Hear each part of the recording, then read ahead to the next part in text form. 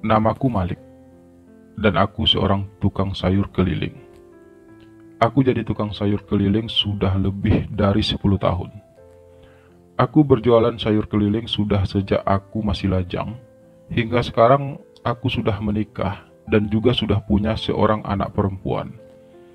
Istriku juga saat ini sedang hamil anak kedua kami. Aku dan keluarga kecilku tinggal di sebuah perumahan sederhana. Sebuah rumah tipe 36 yang mulai aku kredit sejak aku masih lajang. Rumah itu sangat sederhana, namun cukup untuk bisa aku tempati bersama istri dan anakku. Istriku sendiri tidak bekerja. Ia hanya seorang ibu rumah tangga biasa. Dulu, sebelum menikah denganku, istriku pernah bekerja di sebuah minimarket. Namun karena sudah menikah, ia terpaksa berhenti bekerja. Kehidupan kami sangat sederhana, tapi kami saling cinta. Kami bahagia dengan pernikahan kami. Apalagi semenjak kehadiran anak pertama kami. Kehidupan rumah tangga kami berjalan dengan baik. Meski secara ekonomi, kami masih sering merasa kekurangan. Apalagi kami berdua sama-sama merantau ke kota ini. Kami tidak punya keluarga dekat di kota ini. Kami sudah hidup mandiri, bahkan sejak kami belum saling kenal sebelumnya. Semua keluarga kami berada di kampung. Pernikahan kami sudah berjalan hampir 7 tahun lamanya. Anak pertama kami sudah berusia 6 tahun, dan sekarang istriku sedang mengandung anak kedua kami. Kandungannya sudah memasuki bulan ke-8 saat ini. Hal itu cukup menjadi beban bagiku saat ini. Karena menurut keterangan dokter, istriku tidak bisa melahirkan normal. Ia harus menjalani operasi, dan itu butuh biaya banyak. Sementara kami tidak punya tabungan sama sekali, karena pendapatanku sebagai penjual sayur keliling selama ini hanya cukup untuk biaya hidup dan membayar kredit rumah kami. Ditambah pula, anak pertama kami juga sudah mulai masuk sekolah. Semakin banyak biaya yang harus kami tanggung. Sementara penghasilanku sebagai penjual sayur keliling tidak kunjung meningkat. Meski aku sudah berusaha untuk berjualan lebih banyak dan lebih lama dari biasanya.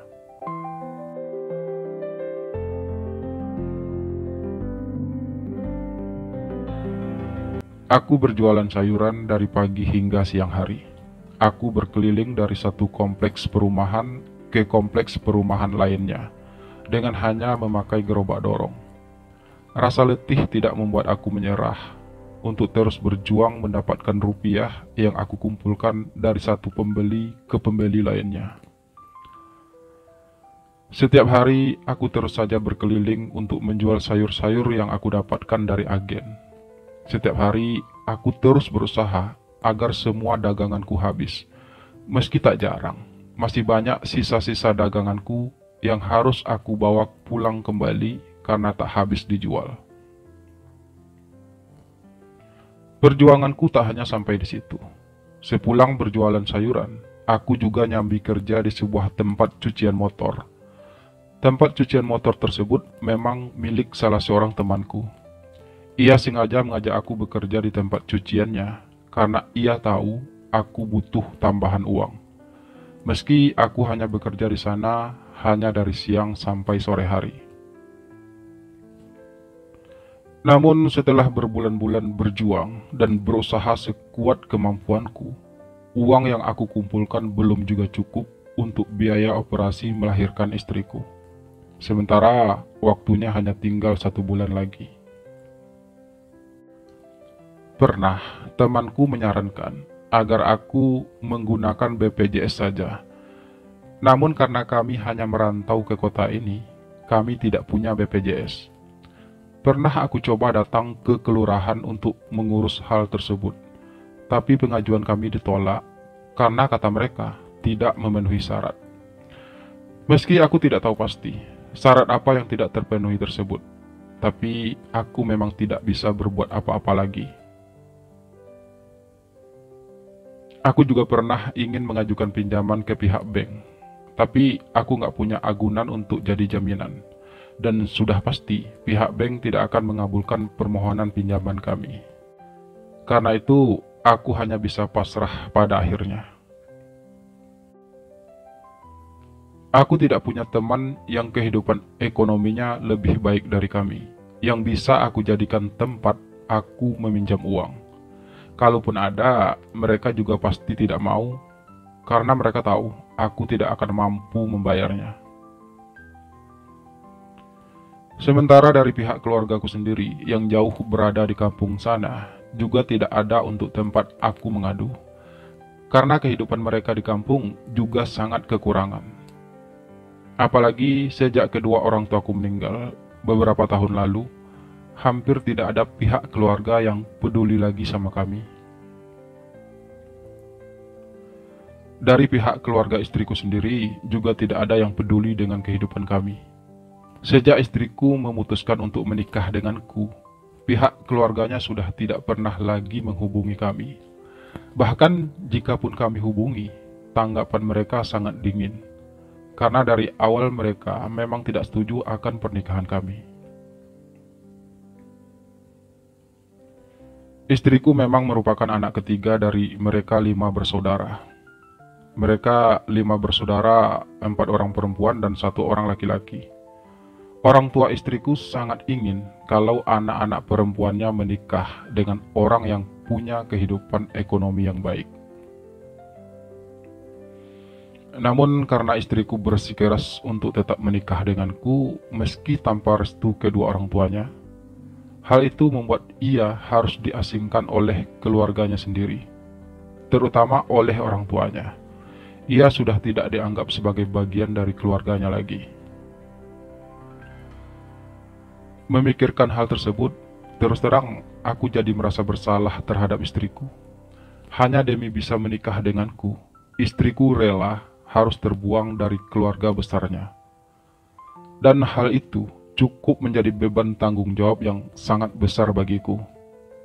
Hal itu juga yang membuat aku tidak pernah berhenti berjuang.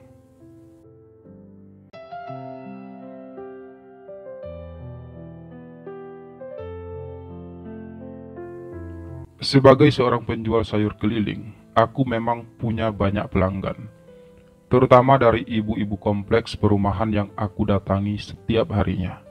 Apalagi aku sudah berjualan sayur keliling sejak lama, sudah bertahun-tahun. Dari sekian banyak pelanggan sayuranku, yang rata-ratanya adalah ibu rumah tangga, ada 1 orang pelangganku yang seorang laki-laki. Ia aku ketahui bernama Bima. Ia baru beberapa bulan ini menjadi pelangganku. Menurut ceritanya, ia juga baru pindah ke kompleks perumahan tersebut. Ia seorang duda. Karena sudah bercerai dari istrinya, Bima memang sengaja pindah ke sana. Ia sebenarnya juga sudah punya 2 orang anak yang ia tinggalkan bersama mantan istrinya. Karena itu, Bima hanya tinggal sendiri di rumahnya yang sederhana itu. Ia juga masak sendiri. Ia bekerja di sebuah showroom mobil bekas di kota tersebut.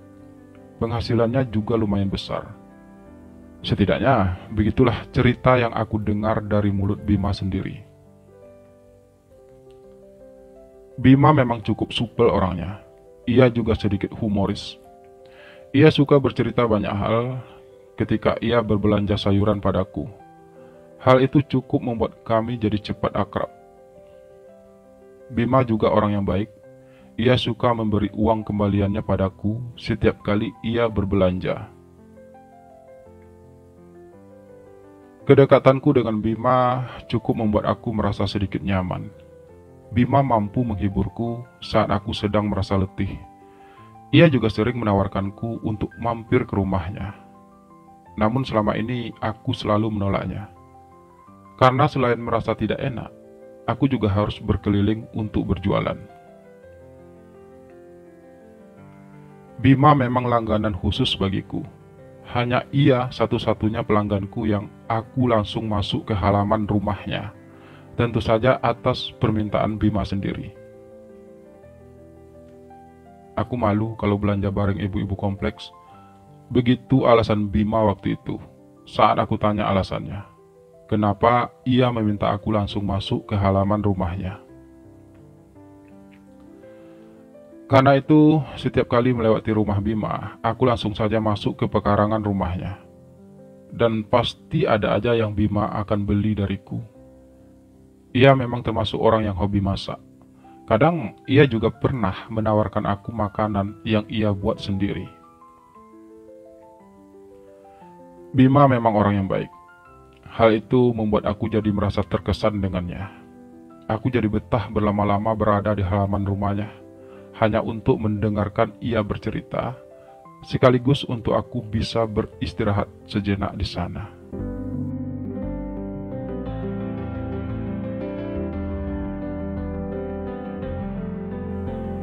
Mas Malik kok kelihatan murung banget hari ini? Capek ya? Tanya Bima suatu pagi, saat aku sudah berada di depan rumahnya, membawa barang daganganku. Masih pagi kok udah capek aja. Lanjut Bima lagi, tanpa menunggu jawabanku. Badanku sih nggak capek, tapi pikiranku yang capek, Bim. Jawabku akhirnya, asal. Usia Bima memang lebih muda 2 tahun dariku. Aku sendiri sudah berusia 36 tahun, sedangkan Bima masih 34 tahun. Capek pikirannya kenapa, Mas? Tanya Bima lagi, sambil ia mulai memilah sayuran yang ingin ia beli. Ya, biasalah Bim, persoalan hidup, balasku lemah.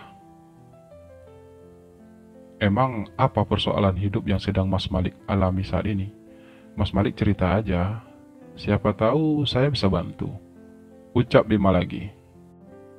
Persoalan hidup orang miskin kayak saya ini ya nggak jauh-jauh lah dari masalah uang. Balasku masih dengan nada lemah. Emangnya Mas Malik lagi butuh uang buat apa? Bima bertanya kembali. Istriku 2 hari lagi mau melahirkan, Bim, dan ia harus dioperasi. Tapi saya belum punya cukup uang untuk biaya operasi tersebut. Saya jadi bingung mau cari uang kemana lagi. Segala usaha sudah saya lakukan, tapi tetap saja uangnya belum cukup. Balasku apa adanya. Mas Malik butuh uang berapa? Tanya Bima kemudian, sambil ia memasukkan sayuran yang sudah ia pilih ke dalam kantong plastik. Biaya operasinya sih hampir 20 jutaan, tapi uang yang sudah saya kumpulkan baru sekitar 10 juta. Masih ada separuhnya lagi yang harus saya cari. Sementara waktunya kian mepet. Jelasku tanpa bermaksud apa-apa. Ya udah, Mas Malik pakai uangku aja dulu. Kebetulan aku punya beberapa tabungan yang belum aku pakai. Jadi Mas Malik bisa pinjam dulu. Ucap Bima terdengar serius. Nggak usah Bim, saya nggak yakin akan bisa bayar dalam waktu dekat ini. Balasku spontan. Nggak apa-apa Mas, Mas Malik pakai aja dulu. Bayarnya bisa kapan aja kok. Nggak usah terlalu dipikirkan juga. Ucap Bima sedikit bersikeras. Tapi aku jadi nggak enak loh Bim. Padahal kita kan juga baru saling kenal. Tapi kamu sudah sangat baik padaku. Selama ini aja kamu selalu baik padaku. Sekarang malah dipinjamkan uang.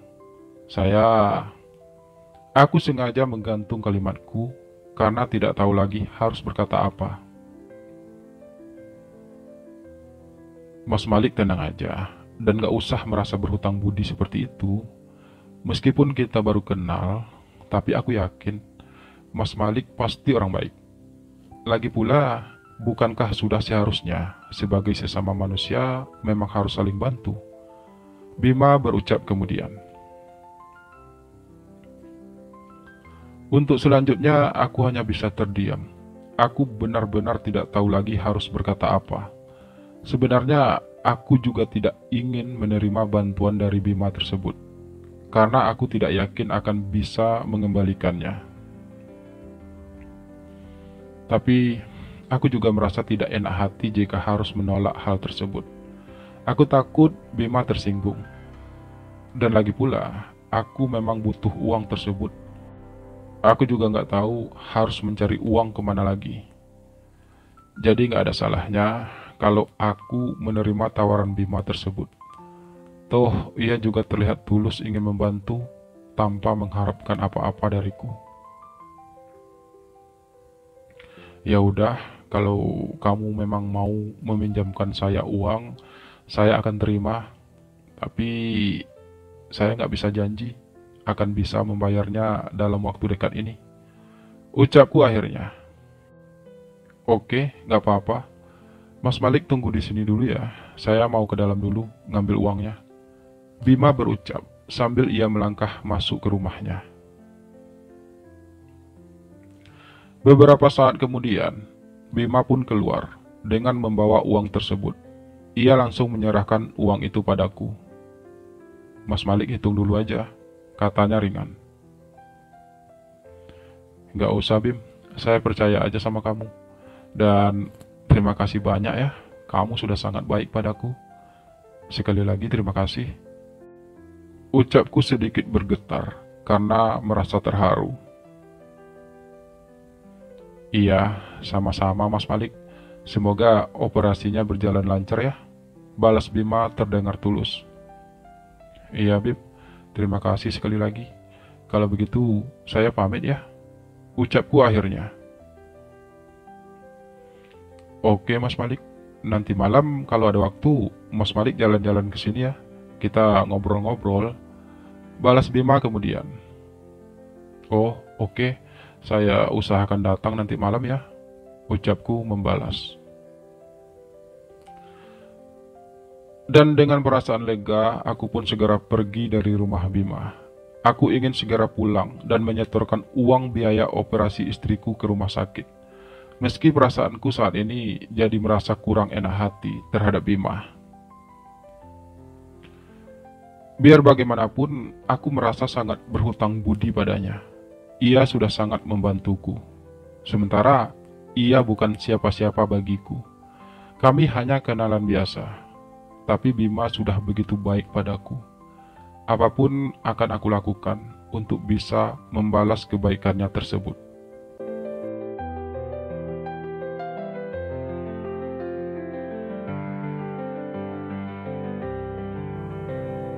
Malam itu, aku pun mendatangi rumah Bima untuk memenuhi undangannya pagi tadi.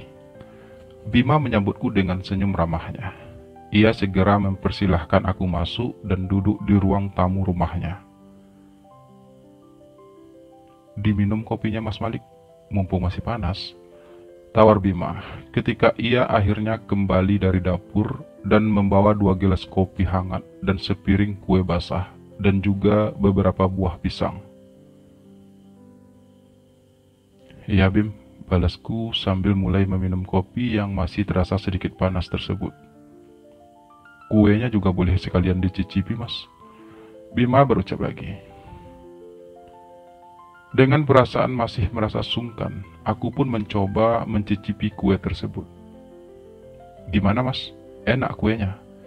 Itu buatan saya sendiri loh, ucap Bima kemudian. Wah, ini sih enak banget Bim. Balasku berusaha sesantai mungkin. Bima terlihat tersenyum puas mendengar ucapanku barusan. Jujur, kue itu memang terasa sangat enak di lidahku. Apalagi aku memang jarang-jarang makan kue seperti itu. Kalau pisang, nggak suka ya Mas? Tiba-tiba Bima berucap lagi dengan suara sedikit tertahan. Suka, tapi saya kan sudah sering makan pisang Bim. Kalau kue enak kayak gini sih jarang, balasku. Terasa mulai akrab. Saya malah suka makan pisang Mas, apalagi pisang Mas Malik. Bima sengaja memelankan suaranya hingga hampir tidak terdengar. Entah untuk tujuan apa. Maksudnya Bim? Tanyaku dengan kening berkerut. Gak apa-apa Mas, lupakan aja. Saya cuma bercanda kok. Balas Bima terlihat serba salah. Oh, ya udah. Tapi ngomong-ngomong, kamu mau cerita apa, Bim? Ngundang saya datang ke sini. Masa iya cuma mau ngobrolin soal pisang? Ucapku menanggapi kalimat Bima barusan. Sebenarnya ada sih yang aku ingin sampaikan sama Mas Malik, tapi kayaknya waktunya kurang tepat. Balas Bima akhirnya. Ada apa sih, Bim? Saya jadi penasaran loh. Ucapku dengan mimik wajah penuh rasa ingin tahu. Nanti ajalah mas, kita ngobrol yang lain aja dulu. Balas Bima terdengar serius. Oh ya udah, ucapku singkat. Untuk sesaat, suasana hening pun tercipta di antara kami. Aku diam, Bima diam, kami sama-sama terdiam. Tiba-tiba saja suasana menjadi kaku. Oh ya Bim, kalau boleh saya tahu, kenapa kamu harus pisah dari istrimu? Tanyaku akhirnya setelah cukup lama kami saling terdiam. Panjang ceritanya mas, balas Bima pelan. Kamu cerita aja Bim, saya siap mendengarkannya. Siapa tahu dengan bercerita bisa sedikit mengurangi beban kamu, ucapku lagi.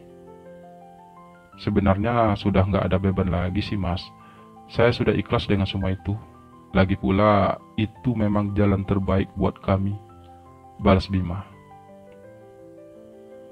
Emangnya sudah berapa lama kalian bercerai? Aku bertanya kembali. Sudah hampir setahun. Kabarnya malah sekarang mantan istri saya udah mau nikah lagi. Balas Bima dengan suara pelan. Jadi kalian pisah secara baik-baik gitu? Aku kembali bertanya. Ya, begitulah kira-kira. Balas Bima. Sebenarnya kami juga menikah bukan karena saling cinta, tapi karena kami dijodohkan oleh kedua orang tua kami. Pernikahan kami berjalan dengan baik awalnya. Bahkan kami sudah menghasilkan 2 orang anak. Tapi semakin lama kami semakin merasa tidak bahagia. Rasanya begitu hambar. Setelah bertahun-tahun hidup bersama, aku tidak berhasil untuk jatuh cinta pada istriku. Begitu juga sebaliknya. Kami mulai merasa rumah tangga kami kian hampa. Jadi, bercerai adalah jalan terbaik bagi kami. Daripada kami terus menyiksa diri dengan terus berpura-pura kalau rumah tangga kami baik-baik aja. Bima melanjutkan ceritanya. Saya malah jadi penasaran, setelah bertahun-tahun hidup serumah dan bahkan sudah punya 2 anak. Tapi tetap aja kamu nggak bisa mencintai istri kamu. Kenapa bisa begitu ya? Tanyaku dengan nada penasaran. Ya, namanya perasaan kan memang nggak bisa dipaksakan, Mas. Lagi pula, aku ini memang berbeda dari laki-laki pada umumnya. Balas Bima. Berbeda maksudnya? Aku semakin penasaran. Sulit untuk diceritakan, Mas. Tapi kalau Mas Malik bisa jaga rahasia, saya pasti akan cerita. Balas Bima kemudian. Kamu cerita aja, Bim. Saya jamin rahasia kamu aman sama saya. Ucapku dengan nada serius.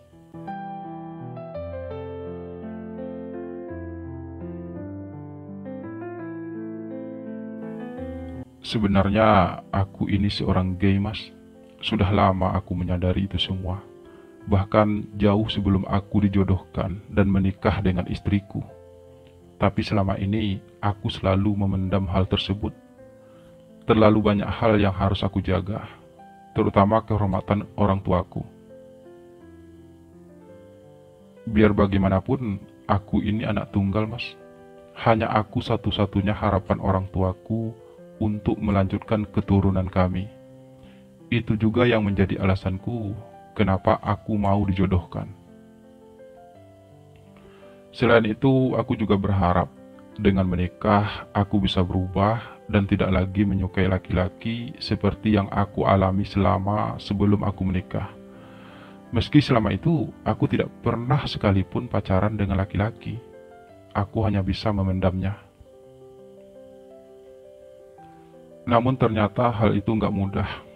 Setelah bertahun-tahun aku berusaha memendam semua itu, aku berusaha untuk berubah, tapi kenyataannya aku justru semakin merasa tersiksa. Aku merasa tidak menjadi diriku sendiri, dan yang pasti, aku tidak merasa bahagia sama sekali. Karena itu juga sebenarnya aku ingin bercerai dari istriku. Kini aku telah bebas dari pernikahan yang tanpa cinta. Kini aku telah bebas untuk menjadi diriku sendiri. Meski sampai saat ini, aku masih belum berani untuk membuka jati diriku kepada siapapun. Namun semenjak bertemu Mas Malik, aku jadi punya perasaan tersendiri terhadap Mas Malik. Aku mulai menyukai Mas Malik. Hampir setiap malam, aku selalu memikirkan Mas Malik. Aku ingin sekali bisa memiliki Mas Malik. Dan hanya kepada Mas Malik lah aku berani menceritakan ini semua. Begitulah cerita Bima panjang lebar yang membuat aku terperangah, terdiam, dan sedikit shock. Aku benar-benar tidak menyangka semua itu. Aku tidak menyangka kalau Bima adalah seorang gay. Dan lebih tidak aku sangka lagi kalau diam-diam selama ini dia menyukaiku. Oke, saya coba pahami perasaan kamu, Bim. Tapi kamu tahu kan kalau aku sudah menikah? Ucapku akhirnya setelah tidak tahu lagi harus berkata apa. Iya, aku tahu. Aku nggak berharap bisa memiliki Mas Malik seutuhnya. Meski keinginan itu ada, aku hanya ingin Mas Malik tahu tentang perasaanku ini. Karena aku sudah tidak sanggup memendamnya lagi. Aku juga belum pernah mengungkapkan perasaanku pada laki-laki sebelumnya. Ini adalah pertama kalinya bagiku. Balas Bima. Dan kamu memanfaatkan kesempatan ini karena kamu sudah banyak membantuku selama ini. Bahkan kamu sudah meminjamkan aku uang 10 juta tanpa jaminan apa-apa. Tentu saja kamu yakin kalau aku nggak mungkin berani menolak. Ujarku sedikit sinis. Bukan begitu konsepnya, Mas. Mungkin benar aku memanfaatkan kesempatan ini, tapi bukan untuk tujuan seperti itu. Aku memanfaatkan kesempatan ini hanya untuk agar aku lebih berani untuk jujur dengan perasaanku, bukan untuk agar aku bisa memiliki Mas Malik. Jelas Bima membalas. Lalu sekarang apa? Tanyaku tanpa arah. Sekarang semua terserah Mas Malik. Sekali lagi aku tegaskan, aku hanya ingin Mas Malik tahu tentang perasaanku. Dan kalaupun Mas Malik nggak suka, Mas boleh pergi kok. Balas Bima lagi. Ya, nggak segampang itu juga, Bim. Biar bagaimanapun, aku sudah berhutang budi sama kamu. Tapi, aku juga nggak mungkin bisa membalas perasaan kamu. Hal ini justru membuat aku semakin bingung. Timpalku kemudian. Dari awal sudah aku katakan, Mas Malik nggak usah merasa berhutang budi. Aku tulus kok membantu Mas Malik. Ya, mungkin aku melakukannya karena memang aku mencintai Mas Malik. Tapi cintaku ini tulus loh, Mas. Aku tidak mengharapkan apa-apa dari Mas Malik. Selama Mas Malik bahagia, aku juga turut bahagia. Ucap Bima kemudian. Tapi aku yang jadi nggak enak sama kamu, Bim. Aku jadi merasa jahat. Tadinya aku pikir akan lebih mudah bagiku untuk tidak merasa berhutang budi sama kamu jika kita hanya berteman saja. Tapi setelah aku tahu perasaan kamu, aku jadi serba salah. Aku berujar sambil sedikit menarik napas. Ada yang terasa begitu berat di hatiku tiba-tiba. Ada perasaan bersalah, ada rasa penyesalan, dan aku seakan berada di antara dua pilihan yang sangat sulit. Andai aku bisa memutar waktu, Mungkin akan lebih baik kalau aku tidak pernah bertemu Bima sama sekali.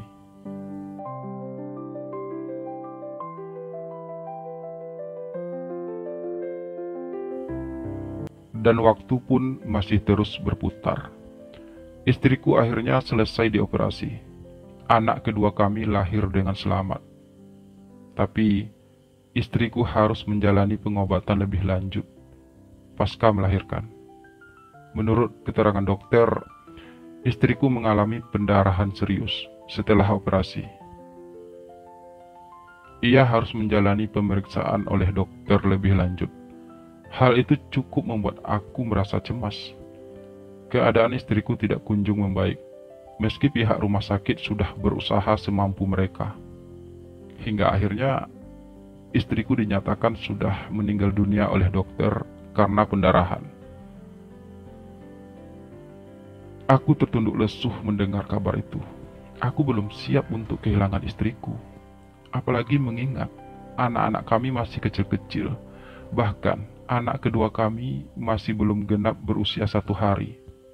Dan istriku harus pergi secepat itu. Rasanya duniaku hancur berantakan.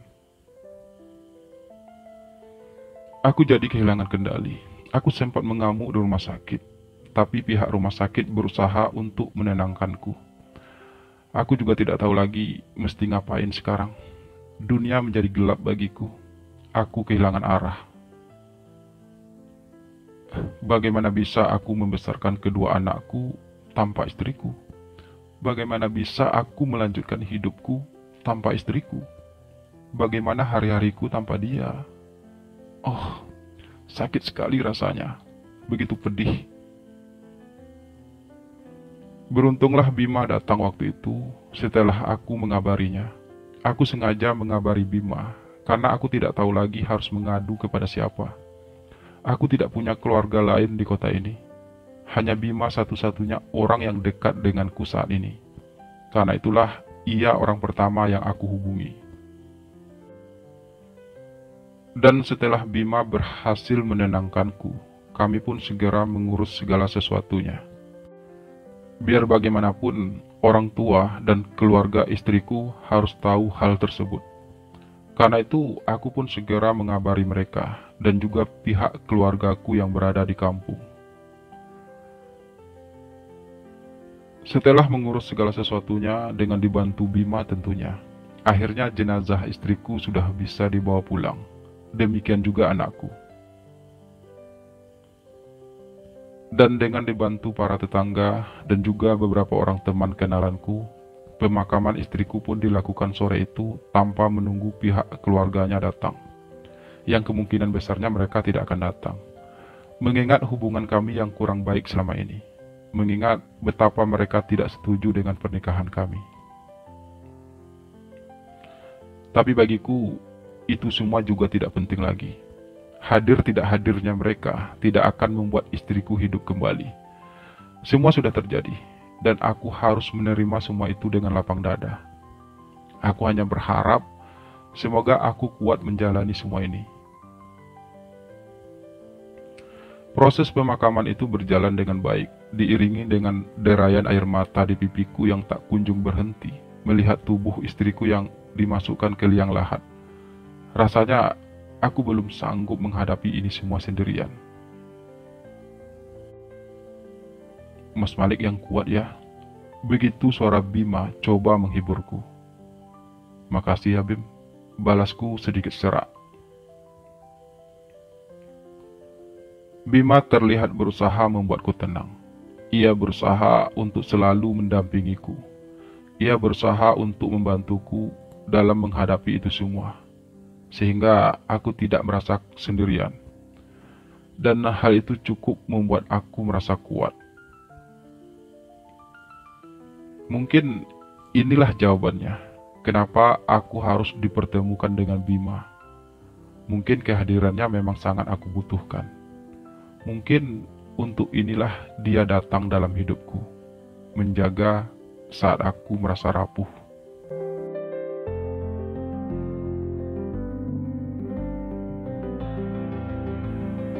Kehadiran Bima di sisiku, di saat aku benar-benar membutuhkan seorang teman, mampu membuat aku merasa cukup kuat. Aku jadi tidak merasa sendirian. Bima sangat banyak membantuku dalam melewati semua proses tersebut. Aku tahu, Bima melakukan semua itu karena ia memang mencintaiku. Mungkin ia juga ingin membuktikan betapa tulusnya perasaannya padaku. Dan aku menyadari sekali hal itu. Aku menyadari jika cinta Bima untukku benar-benar tulus. Meski tetap saja, hal itu tidak membuat aku jadi punya perasaan padanya, selain hanya sebagai teman. Kalau saja Bima tidak punya perasaan sebesar itu untukku, mungkin ia juga tidak akan sepeduli itu padaku. Mungkin ia juga tidak akan rela melakukan semua itu demi membuat aku merasa kuat. Dan begitulah Bima dengan segala cintanya untukku. Aku tidak tahu akan bagaimana hubungan kami ke depannya. Namun yang pasti saat ini dan mungkin untuk selanjutnya, aku sangat membutuhkan Bima dalam hidupku. Apalagi setelah istriku tiada.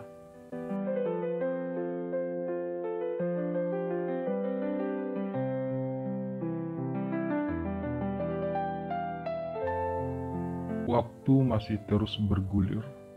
Sudah hampir 2 bulan istriku wafat. Sudah 2 bulan pula aku berusaha merawat anakku sendirian. Beruntunglah ada Bima yang selalu membantuku. Ia selalu ada saat aku membutuhkannya. Bima lah yang membiayai hidup kami selama 2 bulan ini. Biar bagaimanapun, aku sudah tidak bisa bekerja lagi karena harus mengurus dan merawat anak-anakku, terutama anak keduaku yang masih berusia 2 bulan tersebut. Dengan adanya Bima, aku jadi merasa sangat terbantu. Aku jadi tidak sendirian menghadapi ini semua. Bima juga kadang-kadang ikut membantu aku mengurusi anak-anak. Bima jadi sangat dekat dan sangat akrab dengan anak-anakku. Dan aku pun merasa lebih kuat menjalani hari-hariku. Namun cobaan hidupku tidak cukup hanya sampai di situ. Aku pikir setelah kematian istriku, cobaan hidupku telah berakhir. Tapi ternyata aku salah. Cobaan itu masih terus datang dalam hidupku. Berawal dari anak keduaku yang jadi sering sakit-sakitan dan harus sering dibawa ke rumah sakit. Semua biaya berobat anakku juga harus ditanggung oleh Bima.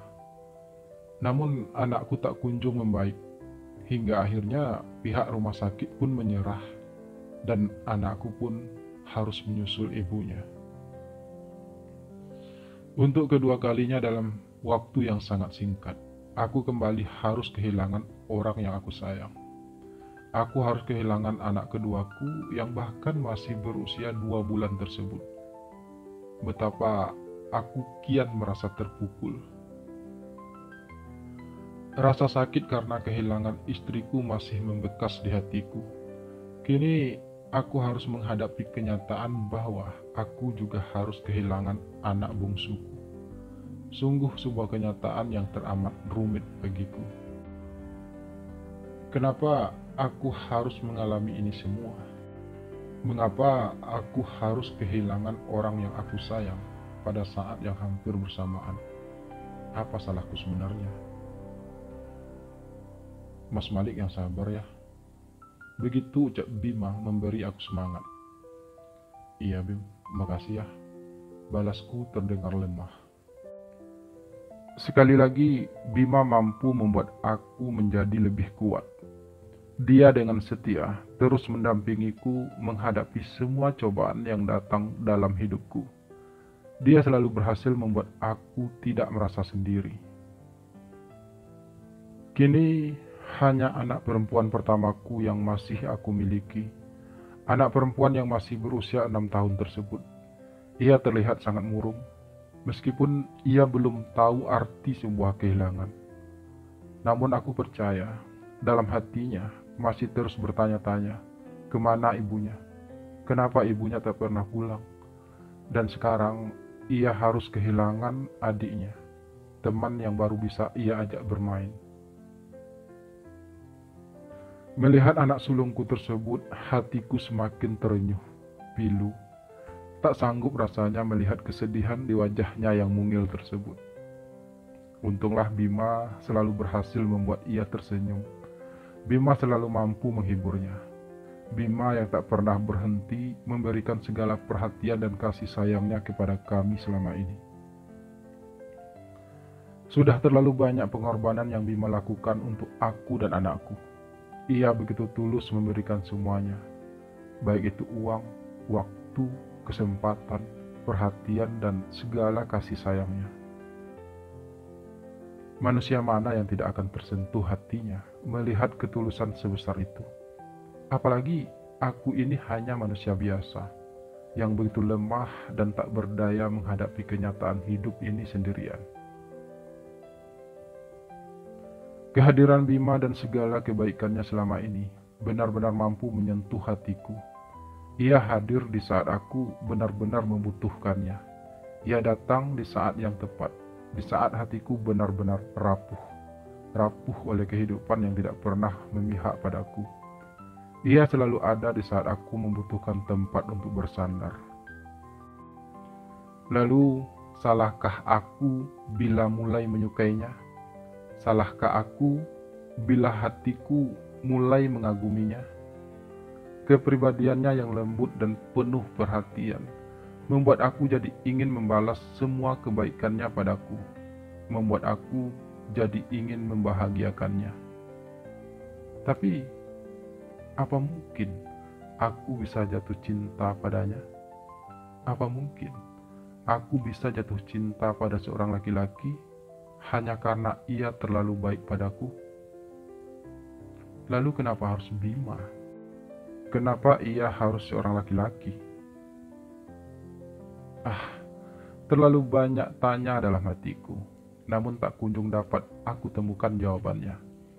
Dan pada akhirnya, aku hanya bisa pasrah dan membiarkan semua berjalan apa adanya.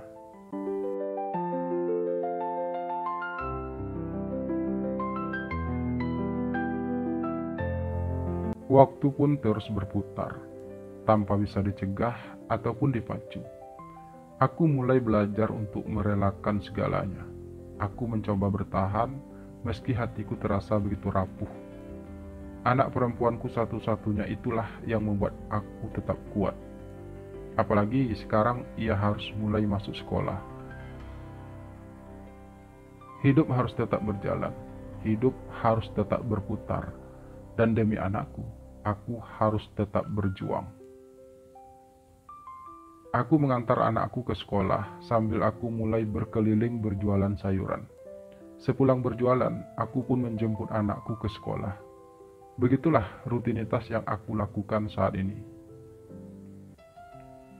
Bima masih sering mengunjungi kami. Ia bahkan beberapa kali harus menginap di rumah kami atas permintaan anakku. Aku juga tidak bisa mengabaikan kehadiran Bima dalam hidupku. Biar bagaimanapun, aku sudah berhutang sangat banyak padanya. Terima kasih banyak ya Bim. Kamu benar-benar bagai dewa dalam hidupku. Ucapku suatu malam ketika untuk kesekian kalinya Bima menginap lagi di rumah kami. Saat itu anakku sudah tertidur. Udah, santai aja mas. Seperti yang aku katakan dari awal, Mas Malik gak usah merasa berhutang budi padaku. Aku melakukan semuanya tulus kok. Balas Bima. Aku bukan hanya berhutang budi sama kamu Bim. Aku juga berhutang uang yang sangat banyak. Dan aku tidak akan pernah mampu membayarnya. Ucapku lagi. Aku sudah tidak menganggap semua itu sebagai hutang, Mas. Aku sudah mengikhlaskannya. Biar bagaimanapun, keluarga Mas Malik memang sangat membutuhkan bantuan. Jadi udah sewajarnya aku melakukan itu semua. Dan Mas Malik jangan menganggapnya sebagai hutang. Balas Bima terdengar tulus. Lalu bagaimana dengan kamu sendiri, Bim? Apa kamu tidak menyesal dengan semua ini? Sementara aku tahu kalau kamu sangat mencintaiku. Namun sampai saat ini, kamu belum mendapatkan apapun dariku. Aku berucap lagi, ya mau gimana lagi mas? Aku nggak mungkin memaksa mas untuk jatuh cinta padaku. Aku juga cukup sadar diri kok. Bagiku, yang penting, mas dan anak mas tetap bisa bahagia, tetap bisa melanjutkan hidup ini. Kalaupun pada akhirnya aku tidak bisa memiliki Mas Malik, aku ikhlas kok. Balas Bima dengan suara sedikit parau. Aku akan belajar untuk bisa mencintai kamu, Bim. Kamu terlalu baik. Aku tak mungkin mengabaikan segala pengorbanan kamu selama ini. Hanya saja, mungkin aku butuh waktu. Ucapku kemudian. Aku akan sabar menunggu, Mas. Balas Bima pelan.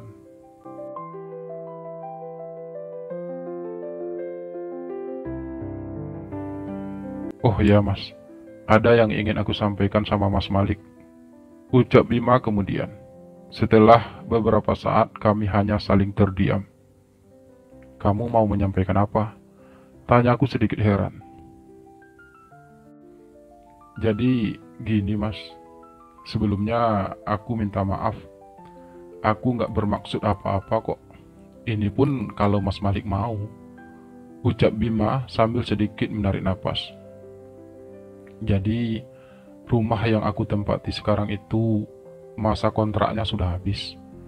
Aku mau sih memperpanjangnya lagi, tapi si pemilik rumah katanya sudah mau pindah lagi ke rumah tersebut. Jadi mau gak mau, aku memang harus mencari rumah kontrakan baru. Kalau Mas Malik setuju, aku ingin pindah ke sini mas, ke rumah Mas Malik. Aku yang akan bayar angsuran kreditnya setiap bulan selama aku tinggal di sini. Jadi Mas Malik gak usah lagi memikirkan kredit rumah ini. Sekalian aku juga bisa setiap hari membantu mengurus anak Mas Malik. Saya juga akan menanggung biaya sekolah anak Mas Malik dan biaya lainnya. Jelas Bima panjang lebar. Aku sih setuju aja Bim. Malah aku senang kalau kamu mau tinggal bersama kami. Tapi apa itu gak terlalu merepotkan kamu? Balasku. Ya gak merepotkan lah mas. Aku juga sudah terlanjur sayang sama anak Mas Malik. Lagi pula, dengan begitu, aku jadi bisa bertemu Mas Malik setiap harinya. Ucap Bima membalas. Lalu bagaimana dengan anak-anakmu sendiri, Bim? Apa kamu tidak kangen sama mereka? Aku bertanya kembali, sekedar ingin tahu. Kebetulan, aku memang punya jatah untuk bertemu anak-anakku sekali seminggu, Mas. Jadi biasanya, setiap hari Minggu, aku ngajak anak-anakku jalan-jalan. Lagi pula, mereka masih punya ibu. Jadi, ya, kehadiranku mungkin tidak terlalu mereka butuhkan. Tapi sebagai seorang ayah, aku selalu berusaha untuk memenuhi kebutuhan mereka kok. Pertemuan kami sekali seminggu tersebut sudah cukup untuk membuat mereka merasa senang. Aku juga bisa menghubungi mereka kapan aja kalau aku lagi kangen sama mereka. Jelas Bima lagi. Oh, ya udah, terserah kamu aja, Bim. Kalau kamu memang mau tinggal di sini, ya nggak apa-apa. Saya setuju-setuju aja. Lagi pula, dengan begitu, mungkin aku akan lebih mudah untuk jatuh cinta sama kamu. Balasku akhirnya. Iya mas, aku juga berharap seperti itu. Dan nanti, kalau aku dan anak-anakku jalan-jalan, Mas Malik dan anak mas ikut ya, sama kami. Biar Mas Malik juga kenal sama anak-anakku. Ucap Bima kemudian. Oke Bim, kamu atur aja ya. Karena bagiku saat ini cuma kamu satu-satunya keluarga yang aku punya di sini, Bim. Jadi selama hal itu bisa membuat kamu senang, aku ikut aja. Balasku apa adanya.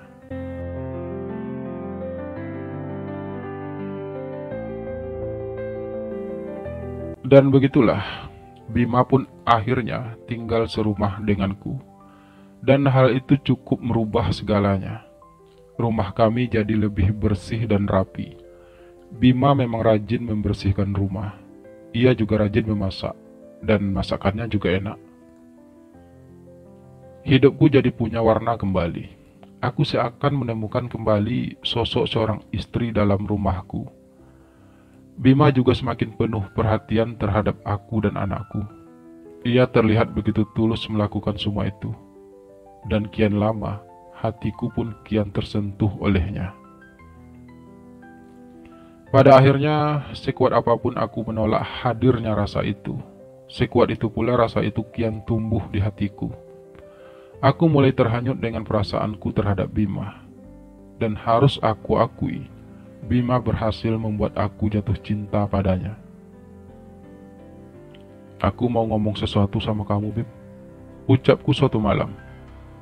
Ada apa, Mas? Tanya Bima santai. Sepertinya aku mulai jatuh cinta sama kamu, Bim. Aku tak bisa lagi membohongi hatiku sendiri kalau aku sangat menyayangimu. Apa kamu masih mau menjalin hubungan yang lebih serius denganku? Aku berujar dengan suara bergetar. Ya, pasti aku maulah, Mas. Bukankah dari awal memang itu tujuanku untuk mendekati Mas Malik? Balas Bima sambil tersenyum sumringah. Tapi Mas Malik serius kan? Bukan hanya karena kasihan kan? Lanjut Bima bertanya. Aku serius, Bim. Aku benar-benar telah jatuh cinta sama kamu.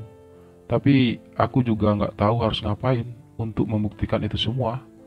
Ucapku membalas. Kalau memang Mas Malik juga mencintaiku dan aku juga mencintai Mas Malik, ya udah, mulai sekarang kita pacaran. Bima berucap sambil kembali tersenyum. Iya, terus apa sekarang? Kita harus ngapain? Aku bertanya dengan nada bodoh.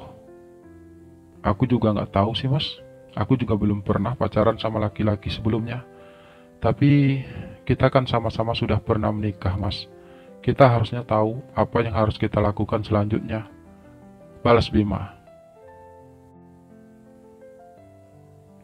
Iya sih, tapi kamu kan laki-laki. Aku juga laki-laki. Jadi gimana harusnya? Siapa yang akan menjadi ceweknya? Lagi-lagi aku bertanya dengan nada bodoh. Kalau untuk itu, Mas tenang aja. Aku memang belum pernah pacaran dengan laki-laki, tapi aku tahu posisiku di mana. Balas Bima. Maksudnya? Aku bertanya dengan kening berkerut. Ya, Mas Malik anggap aja aku ini sebagai istri Mas Malik. Dan Mas Malik pasti tahu bagaimana memperlakukan seorang istri. Atau nanti kita sama-sama lihat videonya aja, gimana? Ucap Bima setengah ragu. Memang ada ya videonya? Tanyaku masih terdengar heran. Ya, pasti adalah, Mas. Nanti saya coba cari ya. Balas Bima akhirnya.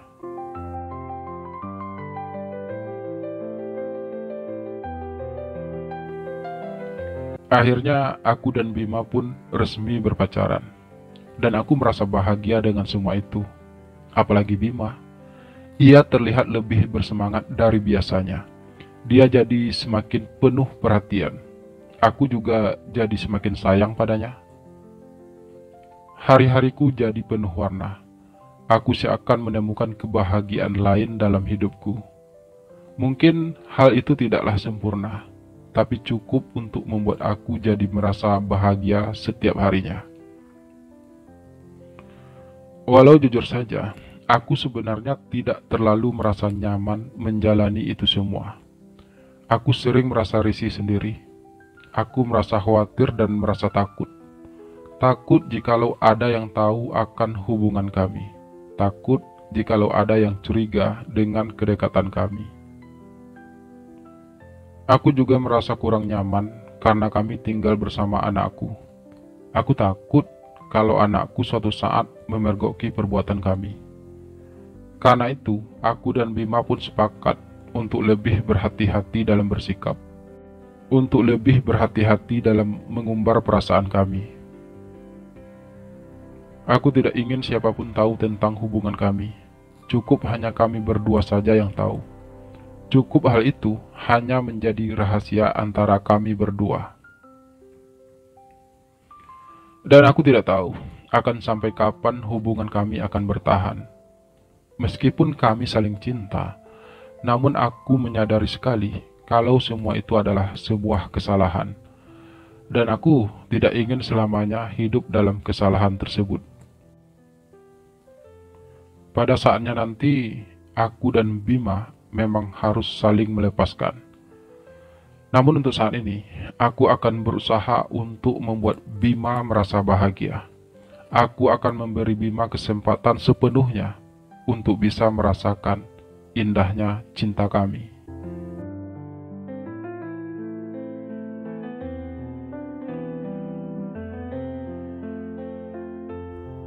Beberapa tahun berlalu, aku dan Bima masih terus menjalin hubungan, meski hanya dalam diam. Kini anakku pun sudah mulai tumbuh besar. Sudah 11 tahun usianya sekarang. Ia juga tumbuh menjadi anak yang cerdas. Hubunganku dan Bima selama ini juga berjalan dengan baik. Kami selalu berusaha untuk saling menjaga cinta kami dan tetap berhati-hati saat kami menghabiskan waktu berdua. Aku sudah kembali berjualan sayuran seperti biasa. Bima juga terus bekerja di tempatnya bekerja selama ini. Kami juga sama-sama merawat anakku dengan baik. Ia tak pernah kekurangan kasih sayang dari kami berdua. Aku merasa bahagia menjalani itu semua. Aku merasa utuh. Aku tidak butuh apa-apa lagi selama Bima masih terus bersamaku. Bima bisa melengkapi hidupku dengan baik, dan aku semakin menyayanginya. Namun, setelah bertahun-tahun, tiba-tiba Bima berubah. Ia tak lagi semanis dulu. Ia jadi jarang pulang ke rumah. Ia selalu pulang larut malam, bahkan ia sampai tidak pulang selama beberapa hari. Awalnya aku coba mengerti. Mungkin ia memang lagi sibuk bekerja. Namun, lama-kelamaan hal itu mulai membuat aku merasa curiga. Bahkan, anakku juga sering mempertanyakan hal tersebut. Dan hal itu cukup membuat aku merasa kehilangan Bima. Kamu kenapa sekarang jadi jarang pulang ke rumah, Bim? Kemana aja kamu? Aku bertanya juga akhirnya, saat aku punya kesempatan ngobrol berdua bersama Bima. Saya sibuk kerja, Mas Malik. Urusan saya di luar itu banyak. Hidup saya bukan cuma mengurusi hidup Mas Malik dan anak Mas Malik aja. Pelan jawaban Bima, namun cukup mampu untuk menggores hatiku. Kamu kok ngomongnya gitu sih, Bim? Aku kan nanyanya baik-baik. Ucapku berusaha setenang mungkin. Aku juga jawabnya baik-baik kok. Masnya aja yang mudah tersinggung. Balas Bima dengan sedikit meninggikan nada suaranya. Emangnya sesibuk apa sih kamu di luar sana, Bim? Sampai kamu udah gak punya waktu lagi buat aku. Aku berusaha mengalihkan pembicaraan. Oke, sekarang saya jujur ya, Mas. Sebenarnya saya udah kembali lagi sama istri saya. Sudah beberapa bulan belakangan ini. Tapi saya nggak berani ngomong sama Mas Malik.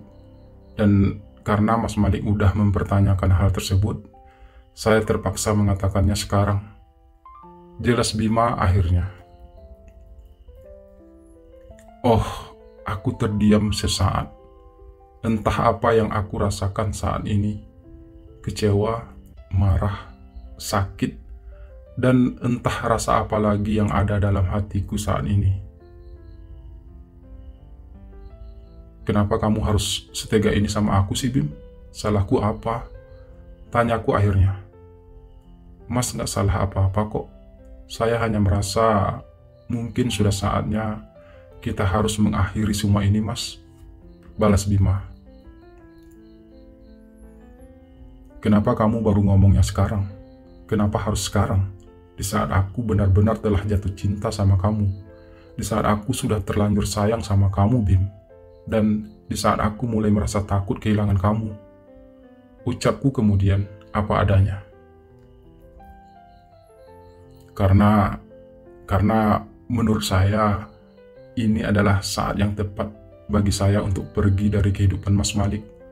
Mengingat saat ini Mas Malik udah berjualan lagi dan anak Mas Malik juga udah besar. Mas Malik udah tidak membutuhkan saya lagi. Jawab Bima dengan sedikit bergetar. Aku selalu membutuhkan kamu, Bim. Bukan hanya soal materi, bukan hanya soal membesarkan anakku. Tapi aku membutuhkan kamu lebih dari itu. Aku membutuhkan kamu setiap saat. Ucapku lagi.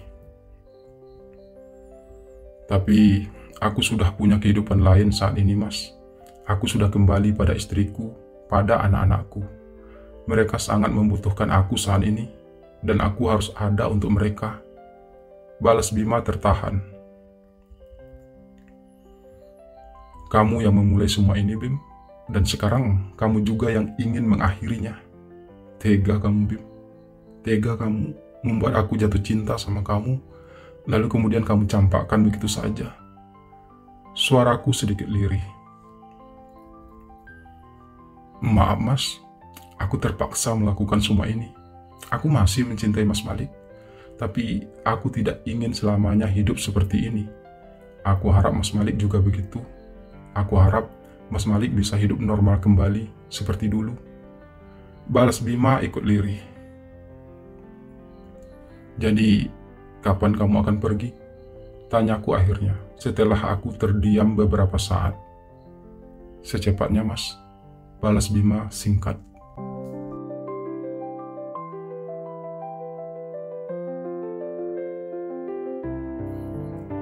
Dan akhirnya Bima pun pergi.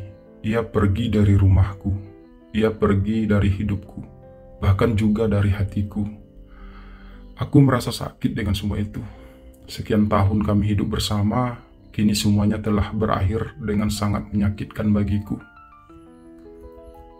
Anakku sempat beberapa kali mempertanyakan tentang kepergian Bima padaku. Aku berusaha menjelaskan padanya. Aku berusaha mencari alasan yang tepat mengapa Bima harus pergi. Meskipun sulit menerima hal tersebut, tapi anakku pun berusaha untuk mengikhlaskannya. Hari-hariku kembali terasa sepi. Aku merasa sunyi. Aku benar-benar merasa kehilangan Bima. Tapi aku harus kuat. Aku harus merelakan Bima dengan pilihan hidupnya. Dan aku harus belajar untuk hidup tanpa dirinya lagi. Dan aku harus belajar untuk bisa melupakannya. Berat memang, tapi aku harus bisa. Aku harus kuat demi anakku, demi masa depan kami. Aku harus terbiasa dengan semua ini. Aku adalah seorang ayah, dan perjalananku masih cukup panjang. Aku tak ingin menyerah.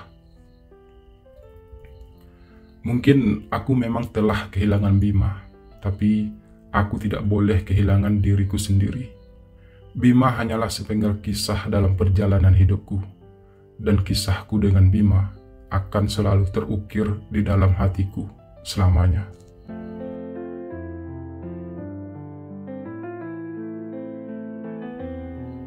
Dua bulan berlalu sejak kepergian Bima dari rumahku. Selama itu pula, aku tidak pernah mendapat kabar apapun dari Bima. Aku pun tidak pernah berusaha untuk mencari kabar tentangnya. Bima juga sepertinya tidak ingin lagi bertemu denganku. Ia benar-benar telah melupakan aku. Sampai akhirnya aku mendapat kabar kalau Bima telah meninggal dunia. Ya, kabar itu aku dapat dari istrinya Bima. Istri Bima yang menghubungiku dan mengabarkan tentang meninggalnya Bima karena penyakit kanker otak yang Bima derita selama ini. Aku berusaha tegar mendengar kabar tersebut.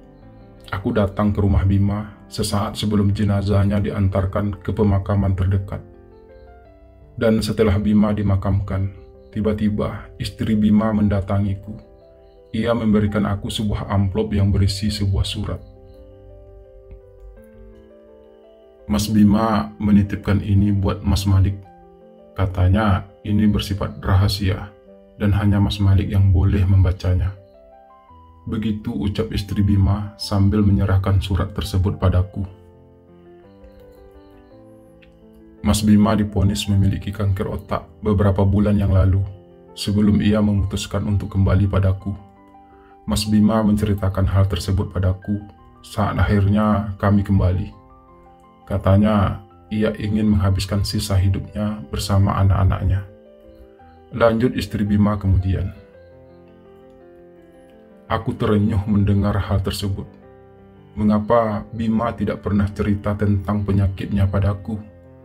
Mengapa ia harus merahasiakan hal tersebut dariku? Aku benar-benar merasa terpukul akan semua itu.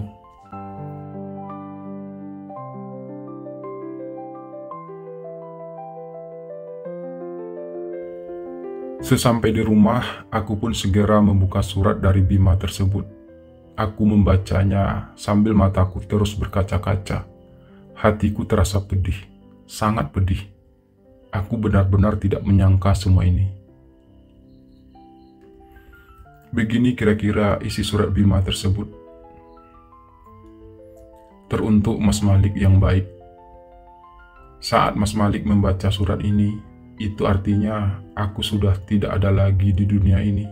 Aku telah pergi untuk selama-lamanya, dan tidak akan pernah kembali lagi. Maafkan aku Mas Malik, aku pergi tanpa berpamitan. Aku pergi dengan membawa cintaku yang masih utuh untuk Mas Malik. Maafkan aku yang tidak berani bercerita tentang penyakitku kepada Mas Malik. Aku tidak ingin hal itu menjadi beban pikiran Mas Malik. Karena itu, aku lebih memilih untuk pergi dari rumah Mas Malik sebelum aku benar-benar pergi untuk selamanya. Terima kasih ya Mas Malik, telah membuat hidupku terasa lengkap, sempurna, dan begitu indah. Tahun-tahun bersama Mas Malik adalah tahun-tahun terindah dalam hidupku, tahun-tahun yang begitu manis. Saat aku mengetahui kalau aku menderita kanker otak stadium akhir, bahkan dokter juga sudah menyerah, tak ada lagi obat untuk penyakitku tersebut. Saat itulah aku mulai berpikir untuk bisa melepaskan Mas Malik. Aku tidak ingin saat aku mati, aku masih bersama Mas Malik, karena itu pasti akan sangat membuat Mas Malik merasa sangat kehilangan. Itu juga yang membuat aku memutuskan untuk pergi dari kehidupan Mas Malik dan kembali kepada istri dan anak-anakku. Aku tidak tahu apakah tindakanku tersebut benar atau salah, tapi yang pasti saat itu bagiku hanya itu yang terbaik untuk kita berdua. Aku ingin Mas Malik harus terbiasa tanpa adanya diriku lagi. Sekali lagi, maafkan aku Mas Malik. Sampai kapanpun cintaku pada Mas Malik tetap sama. Aku akan tetap mencintai Mas Malik, meskipun kita kini berada di alam yang berbeda. Selamat tinggal Mas Malik. Salam cinta selalu buatmu. Dari kekasih hatimu, Bima. Dan air mataku pun tumpah setelah membaca isi surat tersebut. Hatiku hancur. Seharusnya aku berada di dekat Bima saat-saat terakhir hidupnya, tapi Bima tidak menginginkan hal tersebut. Kini aku harus melanjutkan hidupku tanpa ada harapan sedikit pun untuk bisa bertemu Bima lagi. Semoga saja aku kuat. Ya, semoga saja.